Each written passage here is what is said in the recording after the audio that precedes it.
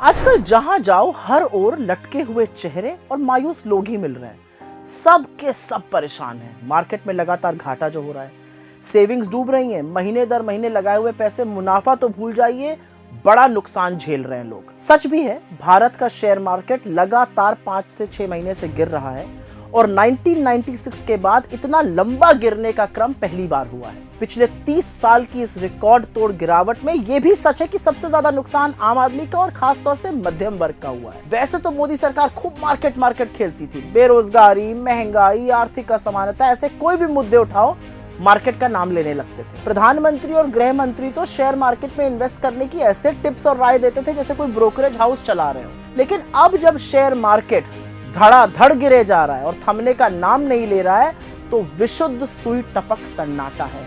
सब ज्ञानी लोग गायब हो चुके हैं। आज भारत का स्टॉक मार्केट दुनिया के सबसे खराब प्रदर्शन करने वाले मार्केट की सूची में शामिल है और हमारी करेंसी रुपया दुनिया की सबसे ज्यादा गिरने वाली करेंसी है। दिल थाम के बैठिएगा, 95 लाख करोड़ रुपए स्वाहा हुए हैं इस मार्केट। बिल्कुल सही सुना आपने कि पिछले 5 महीने में करीब 95 लाख करोड़ रुपए इस मार्केट ने निगल लिए। और एक बात, जैसा कि मैंने कहा, शेयर बाजार के गिरने पर नुकसान तो छोटे निवेशकों का ही होता है। बड़े स्टॉक ब्रोकर्स माला माल हो जाते हैं।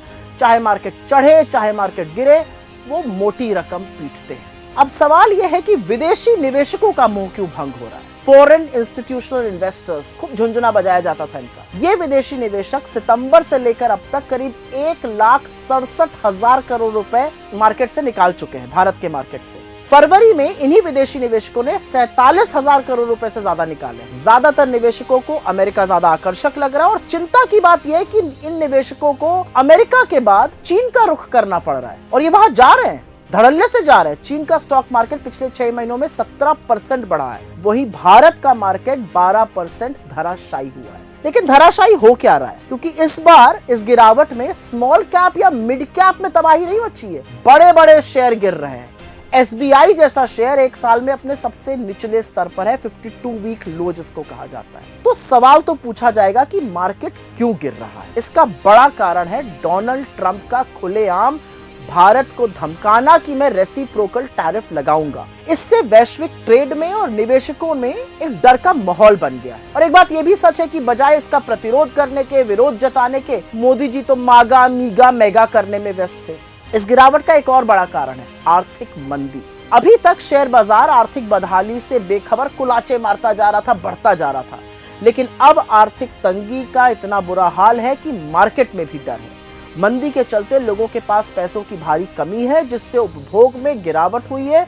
उपभोग जीडीपी का 2/3 हिस्सा है, कंजम्पशन जिसको कहते हैं। कम कंजम्पशन की वजह से कॉर्पोरेट अर्निंग्स, मतलब कंपनियों की कमाई में भी कमी हुई है। ये लिस्टेड कंपनीज है, जितना ये कम कमाएंगी उतना कम प्रॉफिट होगा, उतना कम अर्निंग्स होंगी शेयर पर, और उसी से गिरावट हो रही है। एक और बड़ा कारण रुपए की निरंतर गिरावट है। रुपया थम नहीं रहा है। डॉलर के मुकाबले रुपया दुनिया में सबसे ज्यादा गिरने वाली करेंसी है, एटलीस्ट एशिया में। अडानी जी का भी हाथ है शेयर बाजार की इस दहशत में, क्योंकि निवेशकों को यह संशय है कि जब अडानी का महाघोटाला सामने आया तो मोदी सरकार ने आंखें मूंद ली। सरकार ने छोटे निवेशकों को बचाने की कुछ नहीं सोची, अडानी का बचाव किया। और इन्हीं सब चीजों के चलते शायद धड़ाधड़ जो है वो SIP बंद हो रहे हैं। भारत में सिर्फ 2 महीनों में, दिसंबर और जनवरी, 1 करोड़ से ज्यादा लोगों ने SIP बंद किए हैं, क्योंकि लोगों के पास पैसों की कमी है और उन्हें अब मार्केट पर ना तो भरोसा रहा है, ना उन्हें यह उम्मीद है कि मार्केट बहुत जल्द सुधरेगा। पर क्या सरकार परेशान है? बिल्कुल नहीं। उनके कान पे जू नहीं रेंग रही है, उनको फर्क ही नहीं पड़ता है। बस बतकही छटवा लो इन लोगों से।